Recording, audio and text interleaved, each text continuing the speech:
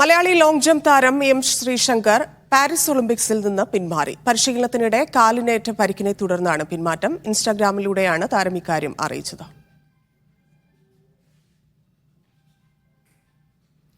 വിവരങ്ങളുമായി നിധിൻ സേവ്യർ ചേരുന്നു. നിധിൻ, സങ്കടകരമാണ്. എന്താണ് പരിക്കേറ്റത് ശ്രീശങ്കറിന്? വിവരങ്ങൾ.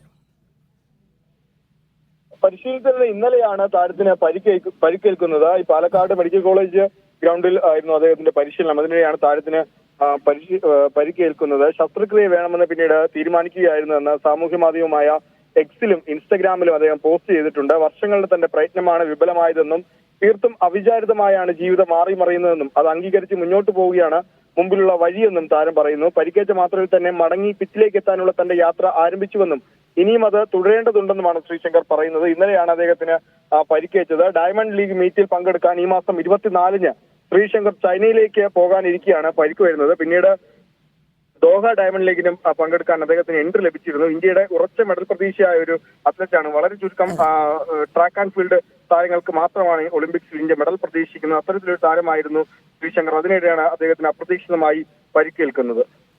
നന്ദി നിതിൻ.